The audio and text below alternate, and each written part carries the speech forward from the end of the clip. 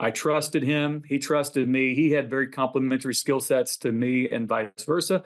Um, and so we decided at that point we were going to do this thing. We just wanted to do it different. Didn't know what that meant, but we were going to do it different than what we had experienced. So tax season, January through say April of 2015, we were negotiating a buyout. We were forming our new firm, and we were trying to take care of our clients.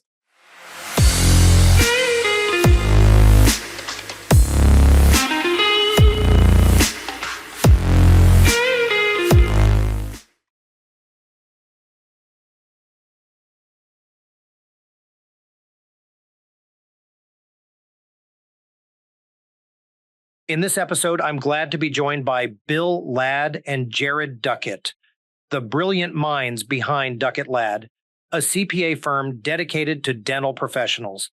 We discuss the complexities of scaling a business. We explore the crucial difference between simply throwing money at problems and achieving real, sustainable growth. Bill and Jared share their insights on the importance of having a skilled operator within your team, someone who can not only tackle issues, but also seize opportunities for scaling. We'll explore innovative tools and techniques that can aid in this process, such as advanced financial forecasting and practice management systems. By looking beyond traditional financial statements and leveraging technology to predict and plan for future growth, business owners can make more informed decisions. Bill and Jared also emphasize the value of collaboration and the importance of seeking guidance from mentors and advisors to successfully navigate the entrepreneurial journey. Don't miss out on this episode. Here's our interview. Hello, everybody, and welcome to another episode of the Hero of the Hour podcast. I'm Mark Murphy, founder and CEO of Northeast Private Client Group, and I'm here today with a couple of very special guests, the founders of Duckett and Ladd. Bill Ladd, Jared Duckett, welcome to the podcast. Great to be here. Yeah, thanks, Mark. Thanks for having us, man. One of the things that for people that don't know you or don't know your story is, rather than me telling the story and doing a terrible job, I think I'd love people to maybe just spend a couple of minutes just telling our viewers and listeners kind of how you guys got started and kind of where you are right now and where Duckett and Ladd is going, because it's a pretty great story. Yeah, I'll jump in and kind of kick us off there. My name is Bill Ladd, and I appreciate you having us on here, Mark. Big fans of yours and the podcast.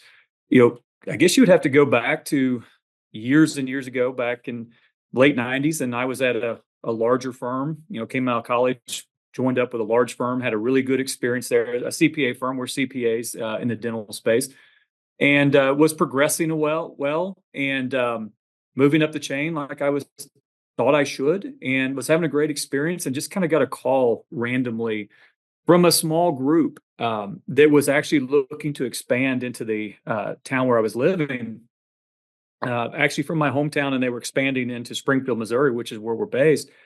And we're looking for somebody to take over and lead that office. And, I think I always had a little bit of an entrepreneurial bent that made me realize that I wanted to work somewhat for myself. And I think this was an opportunity to kind of hedge a little bit by getting in with an established business and have a path to a partnership, probably quicker than the bigger firm I was at, and maybe a clearer path.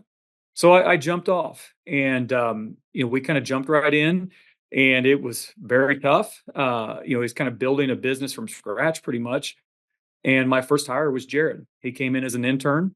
And I think that's one of the first lessons I learned, Mark, is hire great people and don't settle for people that aren't. And he changed the trajectory of the firm right off the bat. We were kind of struggling with some legacy employees, and Jared came on board, and we started to see some really good things happen in that office.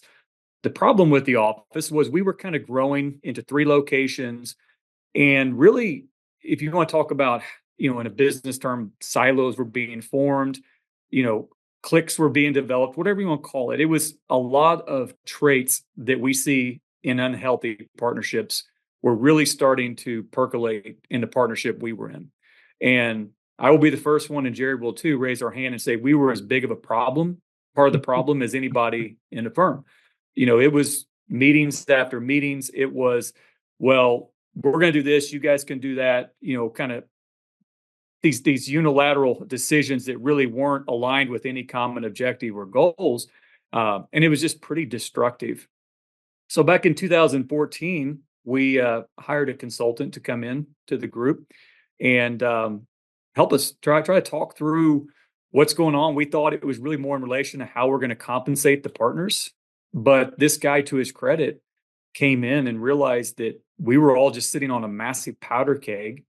And he lit a match, walked out, cashed a check, and our whole firm blew up in 2015.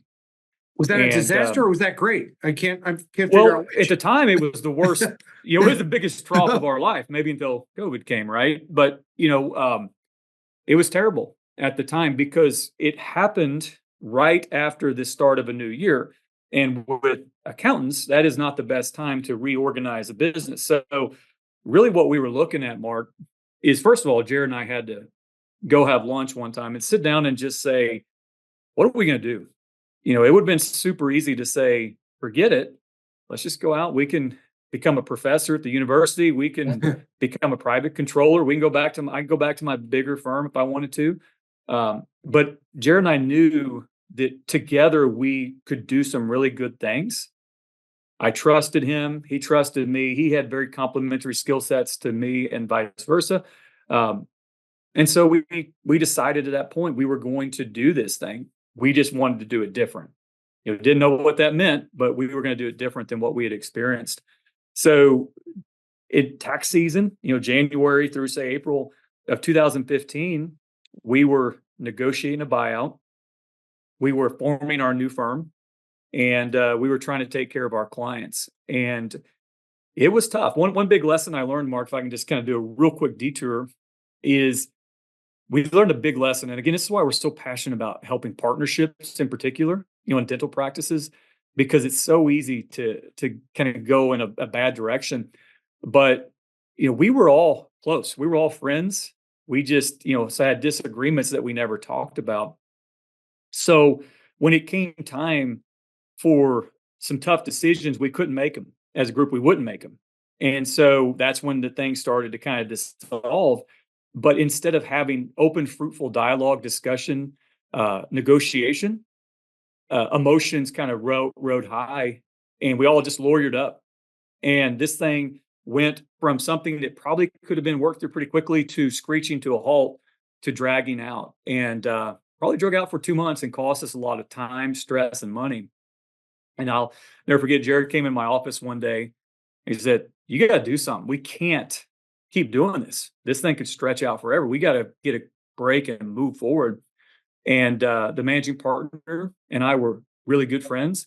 We were on opposite sides of the table and had kind of lawyered up, and it was very touchy. But I picked up the phone to call him, and in about a 30-minute conversation, we had the bones of the deal worked out.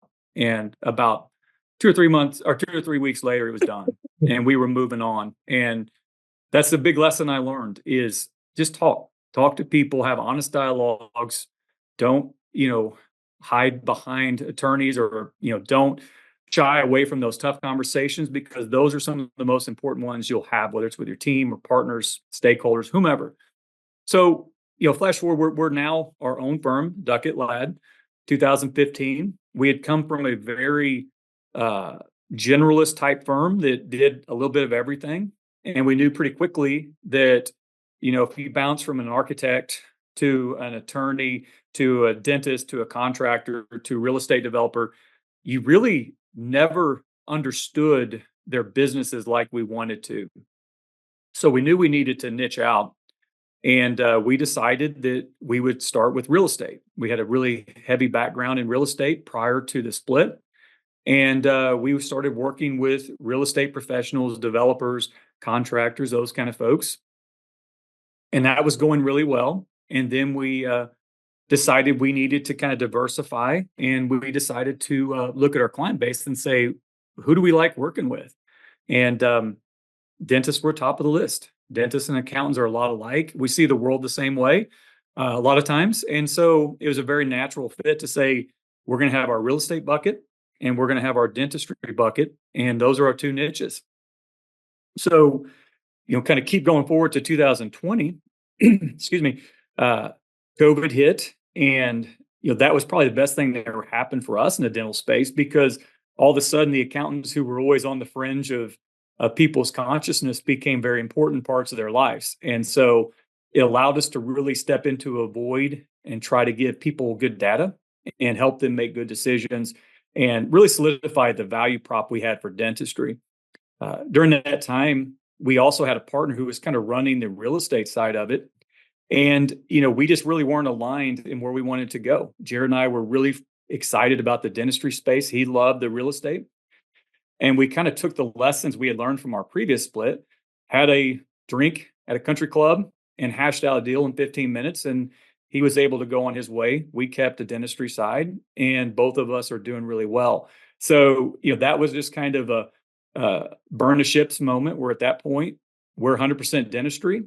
And, it's gone really well. I like to say that, we started out with just a handful of dentist clients. I think maybe 7% of our portfolio around the 2020 timeframe. And at the end of last year, we had kind of poured out the bucket and refilled it to where we are now about 93 to 94% dentistry clients, and the rest are other clients that we work with that are legacy guys that we like. So that's going kind of back a to what you said, Mark. I'll jump in there real fast. Going from you said, Mark, was it a good thing or was it a bad thing back when we had that partnership split in 2015? At the time, it was a bad thing because it was stressful, right? Going through that tax season, forming a new firm, that was stressful, right?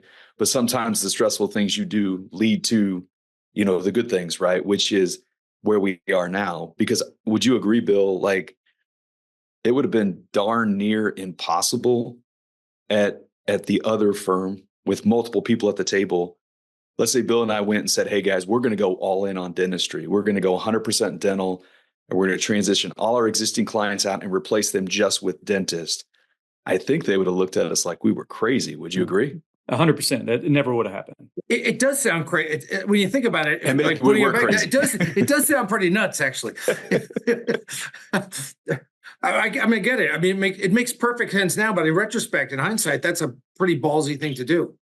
It was, and it took a lot of courage to do that, right? And I think, like Bill said, we kind of got momentum in the industry, got several dentists, perfected the services, and really the key is figured out how we could add value. Right. Nothing against older clients that we worked with. They would probably agree we weren't adding a lot of value. We were checking the box of, hey, these guys are helping me doing a transactional service of filing a tax return and being in compliance, right? Not a lot of value there. Where we have fun is jumping in and adding that value to dentists through those other services, right? Those forward-looking services. Still do tax returns, don't get me wrong. You have to do them. But the value add stuff is really what excites us and what allowed us to go all in on dentistry. Do you think do some clients, not obviously not most clients, but do some clients have who've just been used to getting compliance work from their accountant and they get referred to you? Do they have a hard time and that it's a brand new toy and they don't know how to use the toy because all they're used to working with their old accountant was just getting a tax return done at the end of the year, or some 1099s or something? Do you have to almost give them a learning curve of how to use you as almost like a fractional CFO or a key business strategist and critical thinker? I think it depends, because a lot of them, to be honest, filter out. They opt out before they get to that point. If they're used to a transactional service, and this is probably not too dissimilar from the value prop that you offer, Mark, is that we're very clear with people. We're not for everybody, and we will not be the cheapest, but our value prop is just going to be very different. And so the folks who tend to have that mindset a lot of times will hear that, hey, the pricing is just not right for us. Maybe not now, but maybe later. We get all these data points in our sales process. They're telling us that they're basically opting out. And that probably is those folks that a lot of folks that you're talking about. Now, the folks that come to us that we love working with that maybe have that mentality of not knowing what they don't know are the ones that are doing okay, but really know they could be doing better, and they want to do some really awesome things with their practice. And they have kind of that growth mindset, and they're ready to get some help and go. Those are the kind of people that, yeah, they come in and they're expecting a transactional relationship, and it's kind of, slap in the face of, no, that's not how we operate. There's going to be a lot of interplay, and there's going to be a lot of accountability going both ways. We're going to hold you accountable to your end of the deal too, because that's how we can help you. So a lot of it is kind of training folks in how we operate and making sure it fits with what they're trying to accomplish. And when it does, we find we can do some really great things with folks. One of the I things think a lot of that Oh, too. I'm sorry. I was Go going ahead. to jump in, Mark. I think a lot of that too is kind of the who, not how concept, right? Like that strategic coach concept, where a lot of people don't realize that the who's, like CPAs, can jump in and help on those Right. services. They're figuring out, like, how can I do this? How can I grow? How can I save money? How can I save less on taxes? You got to jump in and get the who's around you. It takes a long time to figure out the how's yourself, shorten the learning curve, and bring the who's in to really accelerate your growth. I think people forget we can do that. I realize how humble and confident you guys are. There's no arrogance with you guys. It's very humble. But the interesting, I think it's another coach concept to me, which I hear like screaming at me every time I talk to you guys is even though I know you're proud to say you sell accounting and consulting and advisory services, in whatever relationship you're in, you're always the buyer and not the seller. You're giving them the opportunity of the Duckett and Ladd experience, which is the same thing the dentist should have. They shouldn't be. Yep. Their client should have the same respect for the dental service they provide as well. And I think this makes for a healthy relationship. Yeah, I agree with that. We kind of look at it this way. Is early on when we formed this new business, we wanted to create a magnetic business. And I think dentistry should do this. And you're excellent at this, Mark. Is you're going to attract the right kind of people who have, share in the value system that you have, that, see the inherent value prop that you offer. And the other folks who are, looking for something different, no judgment there. They're not going to be as attracted to what we have to offer and what we're saying. They're going to read between the lines that, yeah, these guys are probably expensive. Okay, I'm out. And that's fine, because I think that's a better use of everybody's time, is when they can kind of self-select out, and we can really try to hone in on the people who are really excited about the potentials of practice, because you and I and Jared all know there is a ton of value that can be driven from a dental practice, much less a dental portfolio or a group practice. I mean, you can drive so much wealth, net worth, all these kind of concepts can come into play. But there's people out there who don't want that. And that is 100% fine. We just tend not to work well with those kind of people. It's just, we don't have the value add that justifies, the fee structure. So they tend to opt out before we even see them. Yeah, I think the challenge, in general is the mindset you have to get people that is that there's expenses and there's investments. If something is an expense, it should always be on the chopping block and looked at. But if it's an investment, as long as you can get a 4 or 5 to 1 return on your money, it's not expensive. Yep. It's an investment. And I think that people, when they start looking at it as an investment, it changes the entire mindset. 100%. It's just like anything you pay for, right? You're going to try to find some sort of value out of it. And if you're not, I love what you just said, try to chisel that out, right? Reduce it or eliminate it, because it's just wasting money. But if you've got something that adds that value, I love that 4 to 5 times. I mean, it's going to make you better. So you should want to keep paying more, right? If you think about it, if you've got something that's generating that much return, you would want to keep paying more. Here's a question I have for you guys, which I'm always astounded when I've worked with you, is I realized, I don't know, was it 15 years ago that you had to go from 120 to 150 hours to become a CPA, and they had all these other hurdles you had to do, which were great on itself. That you had more professionalism, even more training. But how do you guys service people the way you do so elegantly in this environment? I mean, it's got to be a challenge to get enough people to service the amount of growth that you have. I mean, how do you guys consistently, never let your clients see you sweat? That's probably a loaded question, a very tough one, because if we were to look at what we struggle with, that is exactly the same as what dental practices that we work with struggle with, it's people. And in the accounting world, it's no different. It's a very competitive environment. The number of accounting graduates is dropping, and the number of opportunities that are out there to the people who are in the pool is increasing. So there's a big supply and demand imbalance. So I think what we've realized, and other CPA firms too, is that CPAs is just three letters, and it's not about the CPA; it's about the person. And I'll take a non-CPA who's really good at articulating, ideas and thoughts and concepts that create financial clarity for people, than someone who has three initials behind their name, but they're really good at doing a tax return. It's just a different equation. So I think you have to look and say, listen, in the past, it was a foregone conclusion. If you're going to be in this firm, you're going to be a CPA. Now it's, you want to be an MBA? Fantastic. We'll support you in that journey, because that's financial acumen that will help us on our fractional CFO work. If you just want to become an EA, fantastic. That's something we need. We need AEAs who can come in and do tax prep work for us. So, the pool has opened up. Having the ability to recruit nationwide has opened up.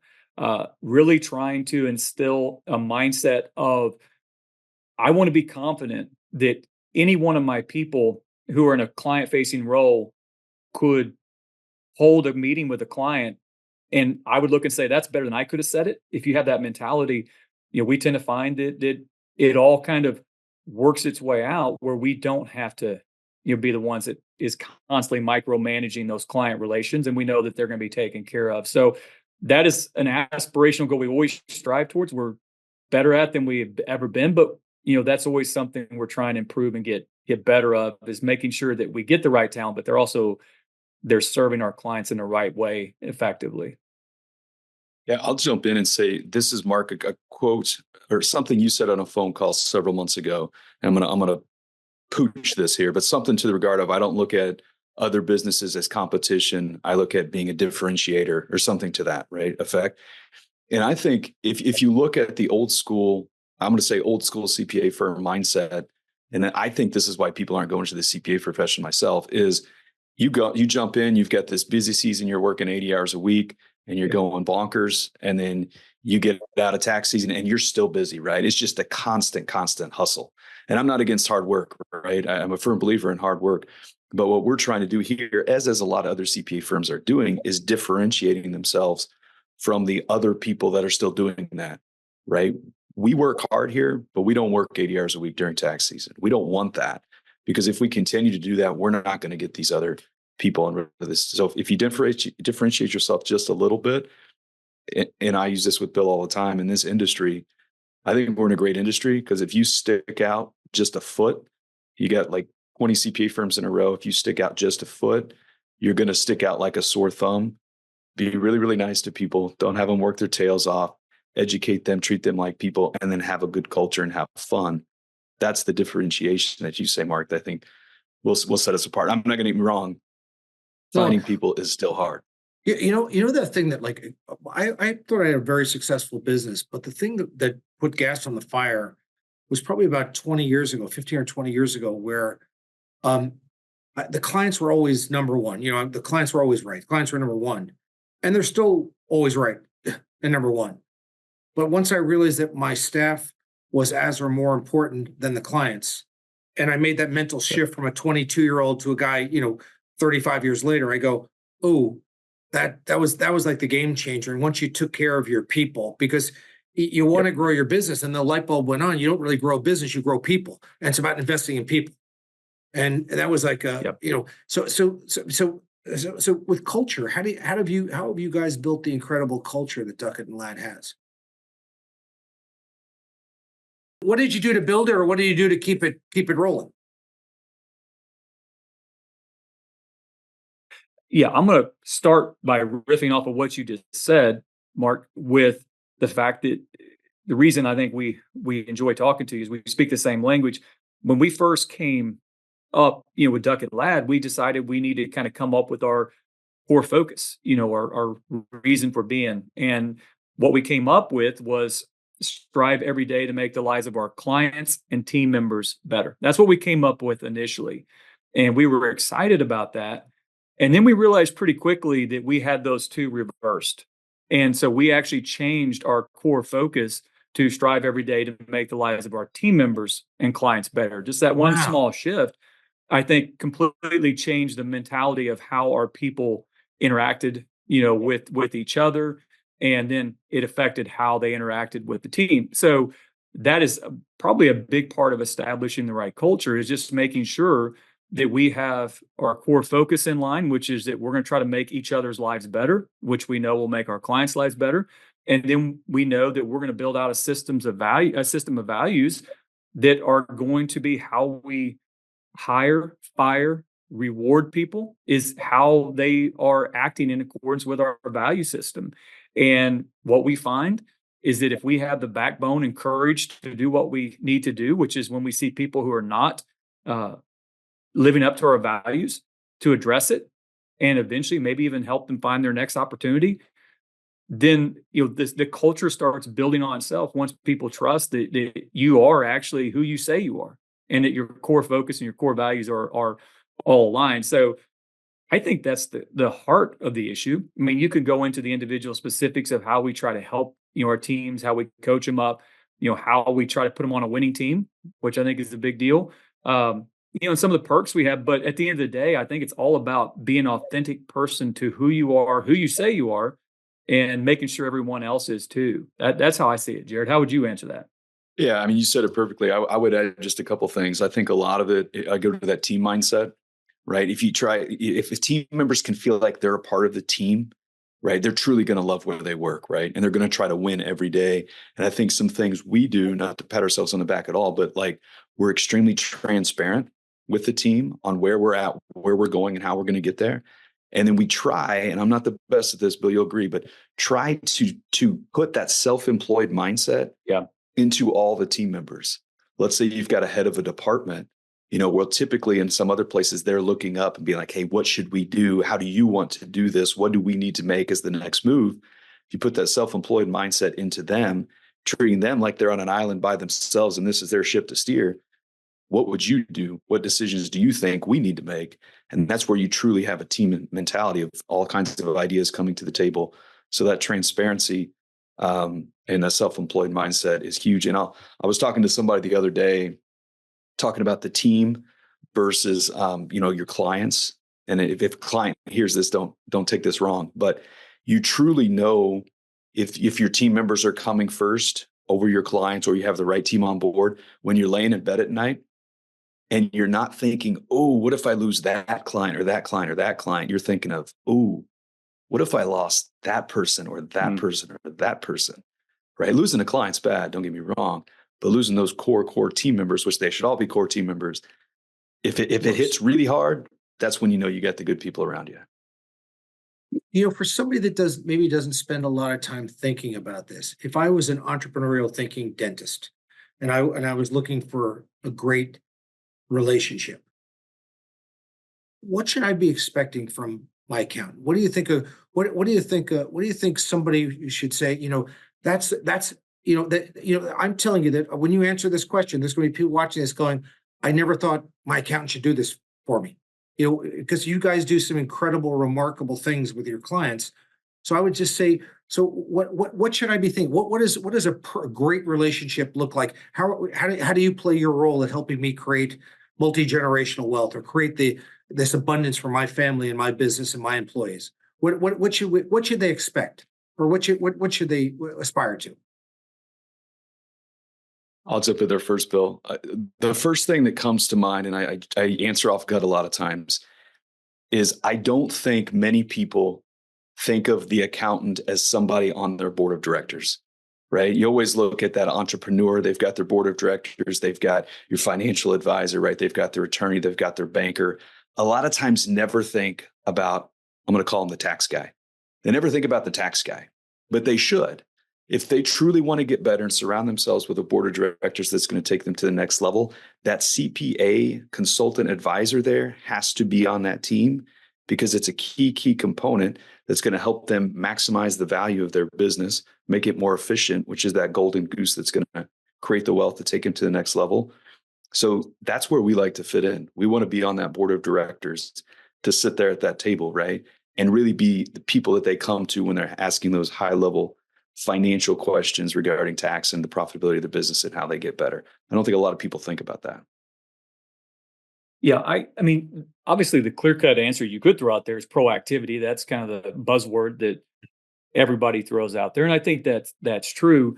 But I think when it comes to specific dental entrepreneurs, if I were to say the way I would look at it is, if someone comes in and you try to establish a relationship with a CPA, and all of a sudden they go into write, what they do, how they do it, all that stuff, and just kind of start going through their transactional, here's what we're going to do. To me, that's kind of backwards. I think you guys start with the client and say, listen, tell me about it. What do we got going on? Do you have a good practice? Are you optimized? We can do your taxes, yeah. But if we do things well, taxes are a byproduct. Let's figure out, like Jared said, this is a golden goose. You have an opportunity to make hay while the sun's shining and stack a lot of wealth on top of each other. Are you doing that first? Are you focusing on the most important things? If not, why not? Do you have financial clarity? Do you get good books and records that tell you how you're doing? Great. Okay, your bookkeeping's set. We can't help you there. Let's move on. Do you know how to interpret those? Do you know how to make actionable, good decisions based upon those? Okay, you don't? Well, maybe we can help there. That's that. We call it fractional controller or fractional CFO, depending on the level of service they want to work with us. How can we get good data in front of you to make good decisions to grow profitably? Okay, we've got all that settled. Then yeah, we're making a lot of money. Dentists make money. We got some taxes we need to talk through. Well, what are we going to do? Are we going to just file taxes and give you a tax bill at the end of the year? Or are we going to have mandatory meetings throughout the year? The first of which is going to be a massive audit of everything you're doing and what you're not doing. Tax strategies. That needs to be a part of the dialogue. So when I say proactivity, I think it's a kind of, we see it almost as a flow of discovery to understand what should they be getting, because every situation is different and everybody needs everything we have to offer, or other CPAs. The other challenge, when I was the first 20 years of our business, we've been doing 38, 39 years. The first 20 years, we started making some money. So I would throw money at problems, but I wasn't really scaling. Yeah. How do you, so, yeah, and so, so to me, just to spend more money and more complexity to not make more money or have more scaling made no sense. And it took me 20 years to sort of begin to figure out the difference between throwing money at a problem and scaling. How do you scale in your business? How do you teach dentists to scale so that they can have a better life and a better business? Jump in, Bill. Yeah, I'll jump in and kind of give you my high level take. Is probably, Mark, I would say that your experience was probably not too dissimilar from mine. I think we were kind of on that hamster wheel as well, because what I learned fairly recently, way too late, and I try to teach my dentist this as well, is that if in your business you have a builder, and by a builder I mean an operator, someone who can make things such an advantage over your competition, you don't even understand it. What I'm kicking myself, that's not me. Full disclosure. I try to think strategically. I have a little different skill set, but that is my partner who's on the screen with me. Right. He is a builder who can build anything and make it hum and make it profitable. And I think what we did way too late was realize that and say, hey, not only are we going to allocate his time to our problems, which are important to fix, we're also going to allocate his time to our opportunities, which are really where we can start trying to take this thing to scale. And sometimes they're the same. Sometimes the problems you have are your barriers to scale. So long story short, and I'm not trying to patronize Jared, but you have to have a good operator, I think, to even attempt to scale. If you don't have a good operator, you need to find whether there's one already in your business, or you need to find a who that can help you with that. I'm fortunate to have Jared. That's how I can scale our business. I couldn't do it without him. Well, I appreciate those kind words. I think something that Bill said the other day, we were actually shooting some content and he started riffing off something that hit me, what he just said right between the eyes. And it's everybody's always talking about the interactions between visionaries and integrators, right? And that EOS mindset. And that, I mean, that makes perfect sense. I think really the really good relationships and what allows businesses to scale is the relationship between the CFO, the finance side, and the operations side, because they need to work hand in hand. And Bill said this when we were talking. He's like, "Hey, man, your finance team, they're going to pull their hair out if every year every month they're showing bad numbers, and they don't have anybody that can go fix it. And vice versa, your operations team is going to pull their hair out if they're not getting good data, right? They're making decisions and they're tinkering with things and making things better, and they look over at the finance team and be like, "Hey, is that working? I don't know, man. We're a terrible finance team." So having both those things humming, and then constantly, what gets measured gets managed. I say that like on everything I do. That's truly the operations and the finance team measuring it, managing it, measuring it, managing it. Yep. That's the secret sauce, I think, that allows businesses to scale and achieve their goals. Are there any people are watching? Are there any sort of accounting innovations or things that people may not be aware of that are they're new or unique to Duckett and Ladd, or have to do with automation, or anything that people would go, "Wow, I'd like to know more about that. I haven't heard. No one's been talking to me about that." I'll jump in there real fast and just say something. This might seem common sense, but I think a lot of dental practice owners, and some aren't even doing this, but a lot are just operating off either the cash in their bank account or financial statements. They're like truly getting good financial statements, and so they can see how they're doing on a monthly basis. But I always think, especially if you want to grow and hit growth goals, you have to take that one step further and almost go behind the curtain. Those financial statements are the lag measures, right, of stuff that's happening. So you have to go behind the curtain into your practice management system and say, "Hey, what in this practice management system do I need to look at on a daily, weekly, monthly basis that I need to tweak and make better so that my lag measures are good on a monthly basis?" Some people just stop right there in front of that curtain and say, "Oh, crap. Bad month, lost a little money, production was down. Oh, shucks, we'll get it next month." Go one more step further. What is causing that issue? Right. And then you dive deep, and that goes back to the operations stuff we just talked about. But I don't think a lot of people dive deep into their practice management system. And that's what that fractional controller level and then really fractional CFO comes in. It goes way behind the curtain. And there's tools that you can use on that. I mean, everybody knows about Dental Intel, Yep. Divergent Dental. There's tools that you can get that are relatively cost effective that will give you fantastic data. You just need to know how to look at it. I'm going to kind of riff off of that and go more on what we're doing with some of our fractional CFO, because tech it's a part of our life, Mark. And if you're not using it, your competition, or a lot of them are. And so however we can utilize that to help give our clients financial clarity, make great decisions, we're going to explore and look at. One thing I'm really excited about is as we're working, with our fractional CFO clients, which are really more of those 4 to 5 group practices looking to go to 10, maybe trying to get up to 20 million or so.